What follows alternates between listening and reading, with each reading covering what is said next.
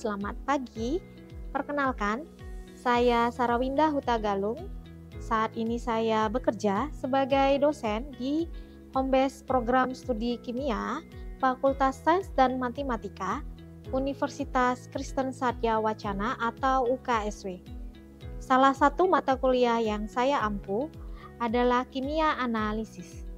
Pada mata kuliah ini, mahasiswa akan memahami konsep-konsep tentang analisis, statistik data, uji kualitatif kation dan anion, dan pengelompokannya berdasarkan kelarutannya dengan reagen tertentu, dasar-dasar penggaraman, reaksi penggaraman, reaksi ion, pengaruh ion sejenis, pengendapan bertingkat, dan pembentukan ion kompleks. Dasar-dasar titrimetrik, pH asam basah, garam dan buffer, titrasi asam basah, titrasi pengendapan, titrasi redoks, titrasi kompleksometri, dan titrasi gravimetrik.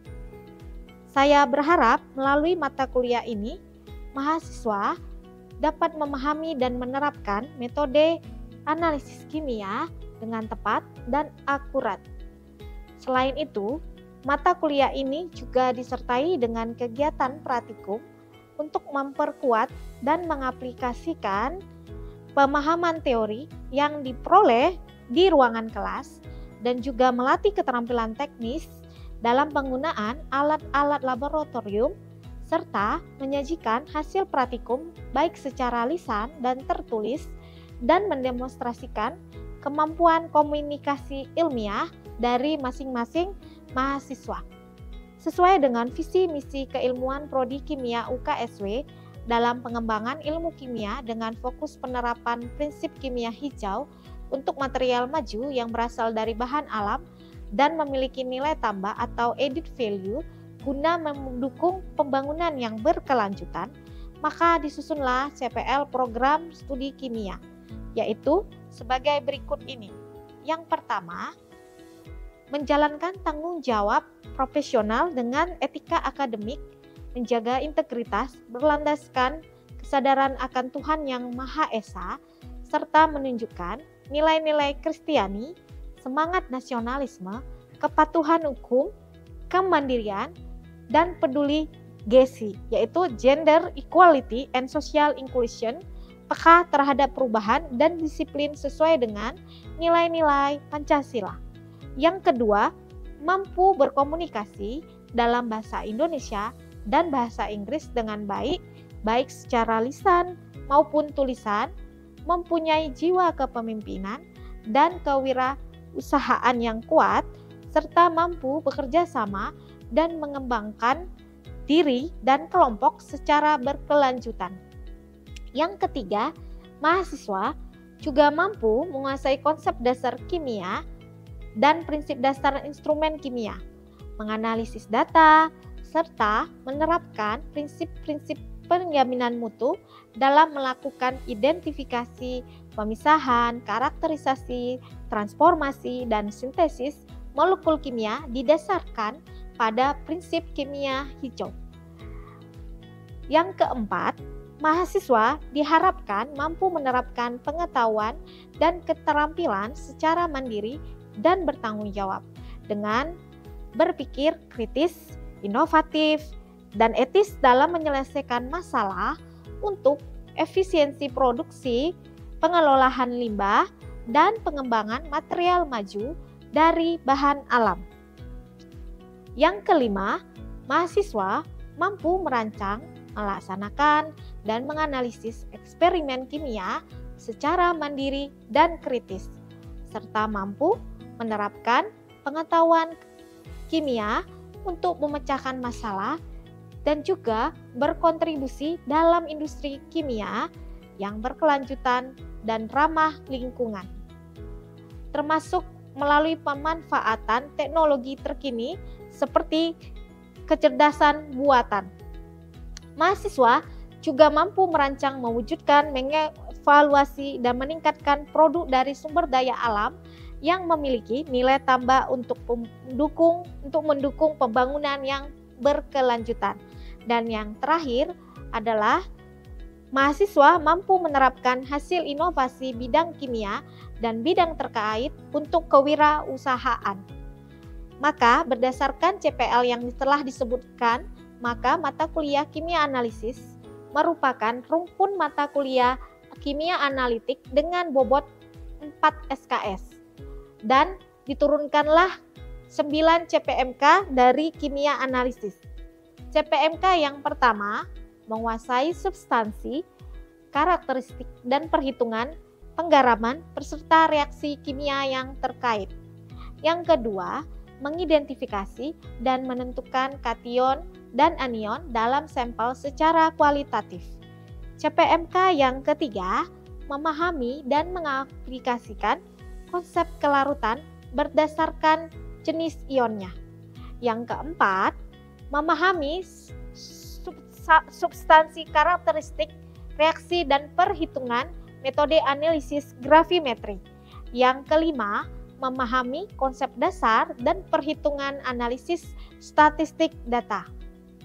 CPMK yang keenam, menguasai konsep larutan asam basa, garam, dan penyangga. CPMK yang ketujuh, mengembangkan konsep dan perhitungan metode titrimetri. CPMK yang ke-8, merencanakan dan merancang laporan praktikum berdasarkan metode titrimetri. CPMK yang ke-9, menyusun laporan praktikum sesuai SOP yang dilaksanakan di industri. Berdasarkan CPMK yang telah disebutkan, maka disusunlah sub CPMK mata kuliah kimia analisis sebagai berikut ini. Sub CPMK yang pertama, mahasiswa mampu mengkategorikan reaksi, penggaraman, dan ion. Sub CPMK yang kedua, mahasiswa mampu menentukan hasil kali kelarutan ataupun KSP terhadap dari konsentrasi. Sub CPMK yang kedua dari sub CPMK 2, mahasiswa mampu menentukan pengaruh ion sejenis terhadap KSP.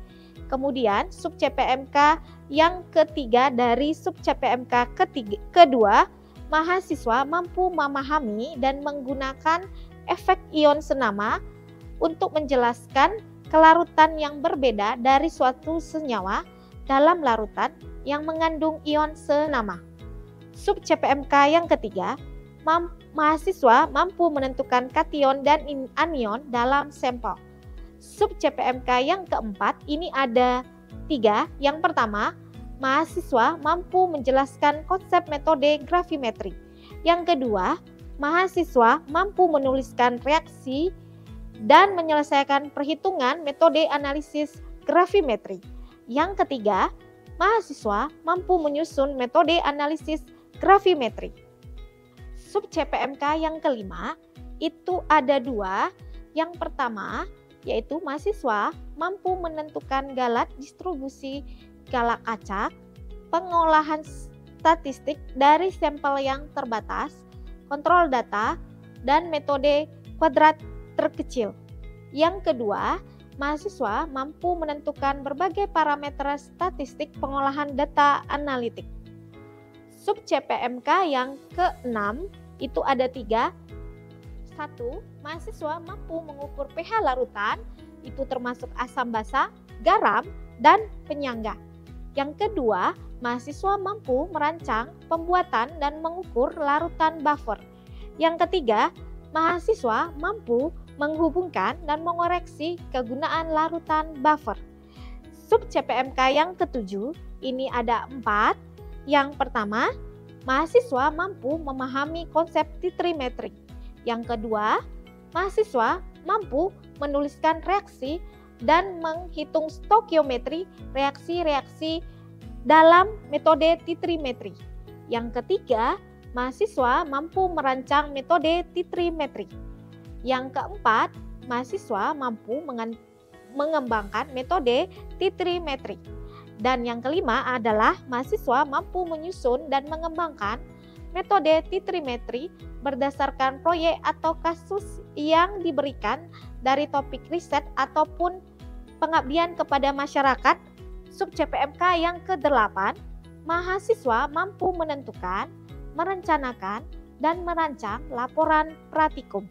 Dan yang terakhir adalah sub CPMK yang ke-9, yaitu mahasiswa mampu menyusun laporan praktikum sesuai dengan standar SOP yang ada di industri.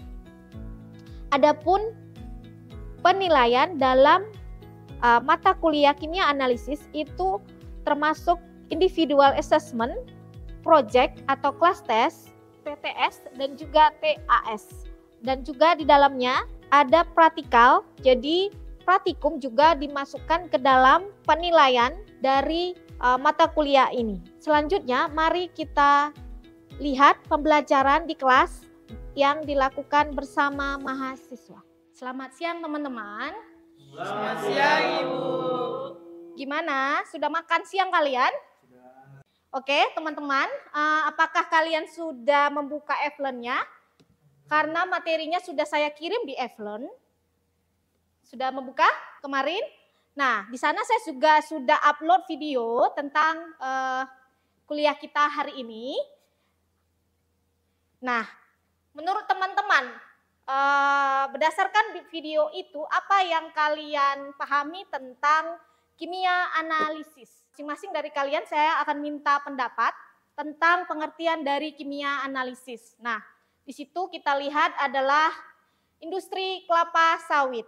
Dari industri kelapa sawit, dari dia produknya bahan baku, raw material, produk setengah jadi, dan produk jadinya itu memerlukan yang namanya kimia analisis. Bahkan juga untuk pengolahan limbahnya dibutuhkan juga kimia analisis. Nah, jadi sekarang saya berikan kalian waktu sekitar 2 menit untuk memahami video tersebut. Waktunya dimulai dari sekarang. Silahkan.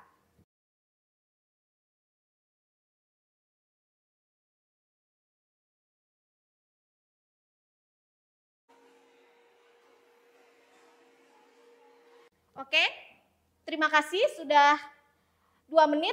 Nah, menurut teman-teman, nah dari video saya juga mengirimkan gambar. Silahkan teman-teman lihat di gambar tersebut, ya. Kira-kira analisis apa yang dibutuhkan dalam industri kelapa sawit? Ada yang mau menyatakan pendapatnya?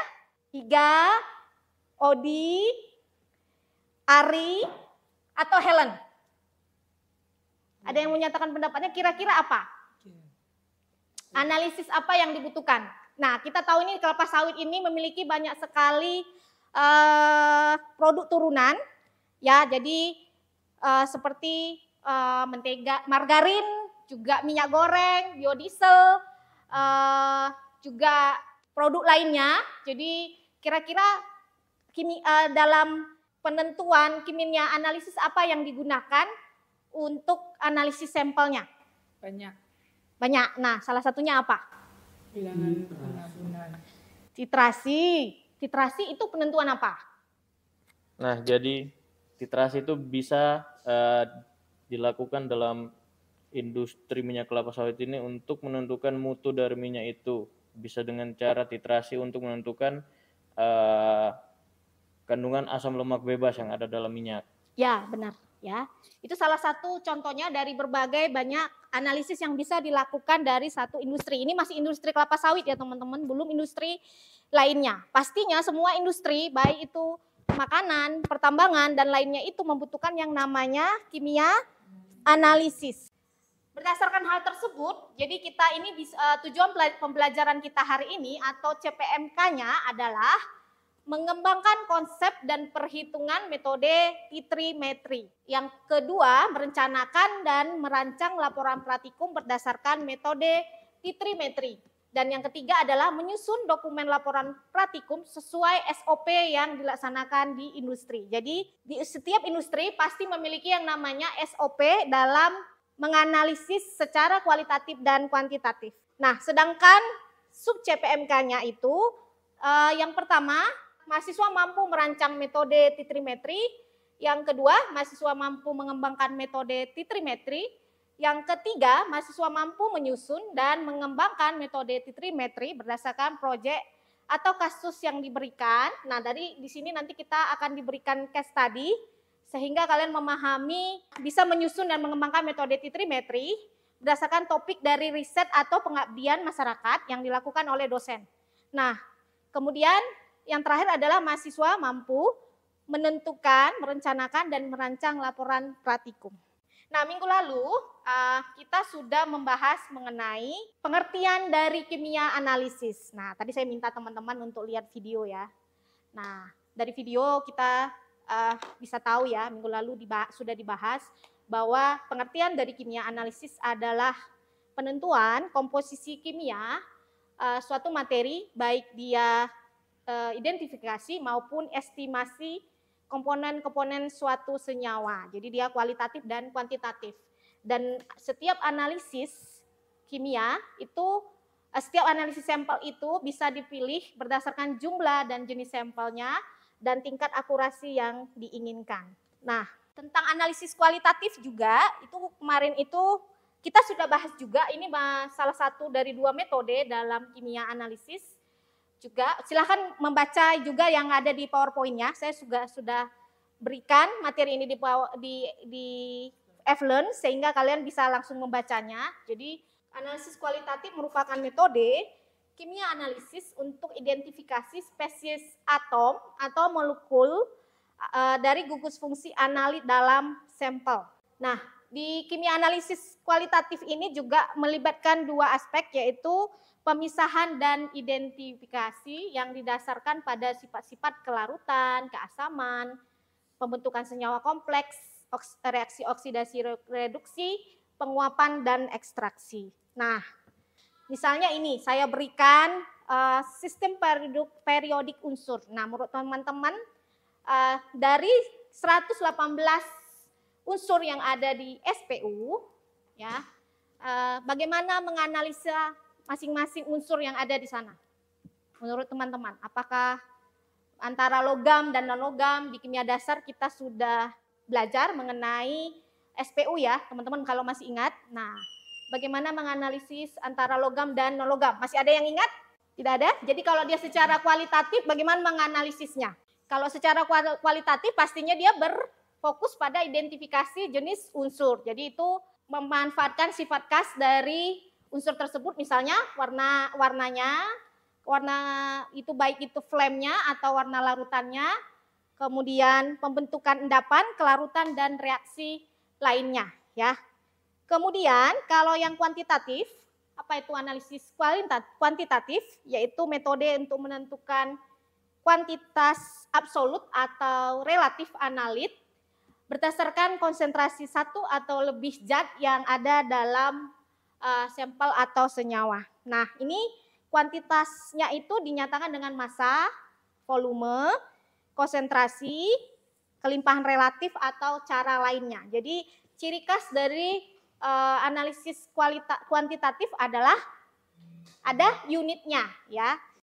Untuk dia analisis kuantitatif bisa juga menggunakan yang namanya instrumen, yaitu bisa menggunakan AAS, kemudian atomic emission spectroscopy, kromatografi, spektrometri. Nah, kalau menggunakan instrumen ini kelebihannya adalah dia bisa menentukan konsentrasi analit dalam jumlah yang sangat rendah. Itu misal mikrogram, nanogram, bahkan sampai pikogram. Oke. Nah, hari ini kita masuk langsung ke pembahasannya itu mengenai analisis volumetrik atau titrimetri. Nah, menurut teman-teman, apakah analisis volumetri sesuai dengan namanya? Volumetri. Jadi dia penentuan analit berdasarkan volumenya. Apakah volumenya itu bisa dikonversi ke mol? Bisa ya? Masih ingat rumusnya molaritas untuk M-nya? M kecil, M besar. Oke, terima kasih Diki. Oke, jadi metode titrasi adalah reaktannya ditambahkan ke analit sampai titik ekivalennya diperoleh, ya. Jadi untuk dia metode volumetri ini memerlukan yang namanya stokiometri, termodinamika, dan kesetimbangan kimia. Nah, metode volumetri itu terdiri dari berapa jenis? Kalau berdasarkan PowerPoint yang saya berikan, ada berapa? Kira-kira apa aja? Volumetri apa aja? Volumetri sama dengan titrimetri ya teman-teman. Standarnya adalah asam. Jadi analitnya adalah basa. Ya. Nah, asidi alkalimetri itu merupakan titrasi yang berdasarkan reaksi kimia antara asam dan basa. Dia menghasilkan pada umumnya garam tambah air yang dikenal dengan proses netralisasi. Jadi garam tambah air, misalnya HCl ditambah NaOH. Itu pasti menghasilkan apa? NaCl. Cl tambah H2O. H2O. Ya, pada tahu lah ya, teman-teman ya. Nah, prinsip reaksi netralisasi ini didasarkan pada konsep asam basa Bronsted-Lowry. Jadi, reaksi netralisasi dapat terjadi jika ion hidrogen, yaitu H positif, dan hidroksida atau OH- bereaksi satu sama lainnya. Nah, masih ingat Bronsted-Lowry apa? Jika saya buat contohnya, HF tambah H2O.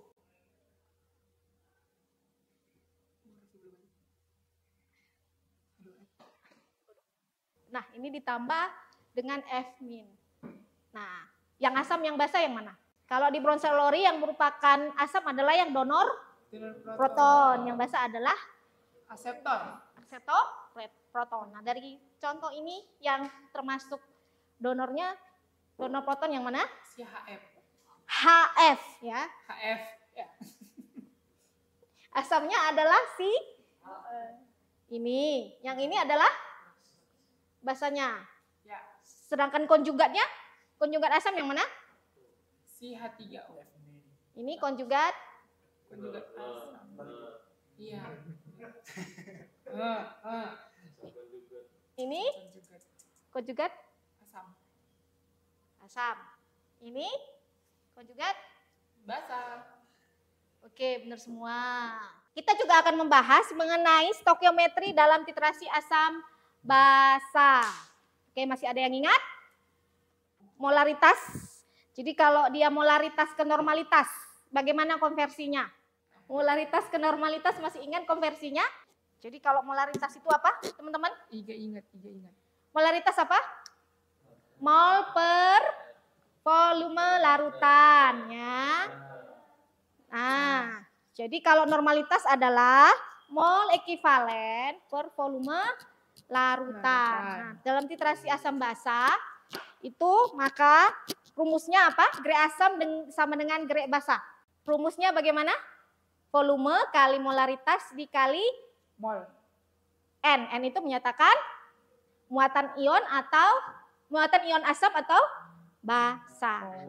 Nah, yang penting lagi dalam titrasi asidimetri dan alkalimetri adalah larutan standarnya. Nah, larutan standar itu adalah larutan yang ketahui konsentrasinya atau molaritasnya secara tepat dan bisa digunakan untuk larutan dalam titrasi asam basa. Nah, yang perlu diperhatikan adalah dia harus memiliki kemurnian yang tinggi. Jadi stabil dan tidak menguap. Kemudian dia tidak hidroskopis.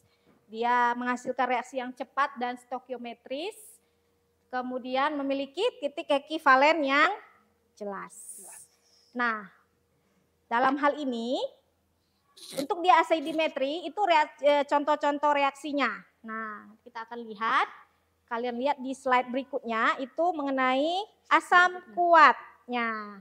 Nah, di sini dikasih tahu bahwa untuk titrasi netralisasi umumnya digunakan reagen standar asam dan basa, tapi asam basanya harus asam basa yang kuat, bukan asam basa yang lemah. Karena dasarnya adalah kalau asam basa yang lemah dia tidak dapat terionisasi sempurna. Ya, jadi harus dianggap itu derajat ionisasi asamnya adalah lebih dari 1 ya, derajat disosiasinya ya. Jadi dianggap seluruh ion H-nya akan terdisosiasi sempurna. Nah, apakah ada sampai sini ada pertanyaan? Belum? Atau kita langsung mengerjakan tugas? Boleh tugas. Nah, untuk kurva titrasi selanjutnya yang tidak ada pertanyaan, saya langsung bahas mengenai kurva titrasi, yaitu pastinya untuk dia asam basak yang kuat, titik ekivalennya itu adalah karena asam tambah basa, Jadi garam. garamnya bersifat Netral. netral, berarti dia harus titik ekivalennya berarti di 7. Nah, indikator yang digunakan adalah indikator dengan trayek pH di atas 7 karena garamnya Netral. netral ya, di pH 7. Oke, benar. Bagaimana jika dia asamnya kuat dan basanya lemah? Kurva titrasinya akan seperti apa? Karena garamnya akan bersifat asam karena dia menggunakan asam kuat. Ya. Nah, kurvanya akan seperti ini ya, kalian bisa lihat di slide-nya. Kalian akan bisa lihat slide-nya, di situ ditunjukkan ya. Kemudian kalau dia asamnya lemah, basanya kuat, maka garamnya akan bersifat basa. Nah, indikator yang digunakan adalah indikator dengan trayek pH. Kalau jika basanya kuat, asamnya lemah, garamnya bersifat basa. Berarti indikator yang digunakan adalah yang bersifat dengan pH di atas 7. 7. Oke. Nah, kurvanya bisa dilihat di slide PowerPoint-nya. Oke. Nanti jadi kalian ini jika ada praktikum akan dicek ya kurva yang kalian buat. Jika kurvanya tidak menunjukkan seperti kurva yang kita bahas hari ini, berarti ada kesalahan dalam hal titrasinya ya. Penetralan ini juga saya mau bahas juga mengenai nanti kalian akan mempelajari juga tentang delinifikasi menggunakan natrium hidroksida ya. Nah, ini akan digunakan penetralan menggunakan asam ataupun basah ya.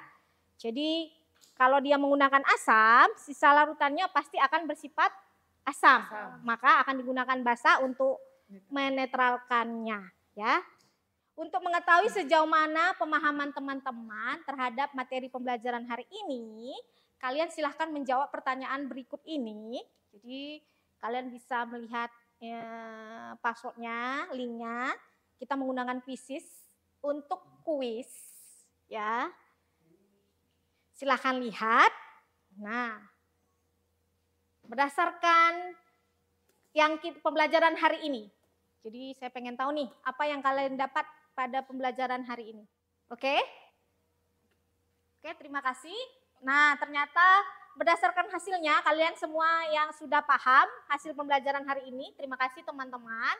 Dan yang mendapatkan nilai tertinggi adalah Jose. Selamat Jose. Keren. Nah, terima kasih Jose. Nah, pada pertemuan selanjutnya kita akan membahas mengenai analisis kimia kuantitatif dengan titrasi iodometri yang menggunakan reaksi oksidasi dan reduksi. Nah, saya sudah upload juga tugas mengenai analisis asam basa hari ini di Evlen. Mohon dikerjakan. Oke? Oke teman-teman, pembelajaran hari ini sudah selesai. Silakan dismiss sampai ketemu di pertemuan selanjutnya. Tuhan Yesus memberkati. Amin. Terima kasih Bu. Demikianlah perkenalan dan sesi materi pembelajaran hari ini. Kiranya dapat menjadi bahan pertimbangan dalam penilaian sertifikasi dosen batch pertama tahun 2025. Tuhan memberkati.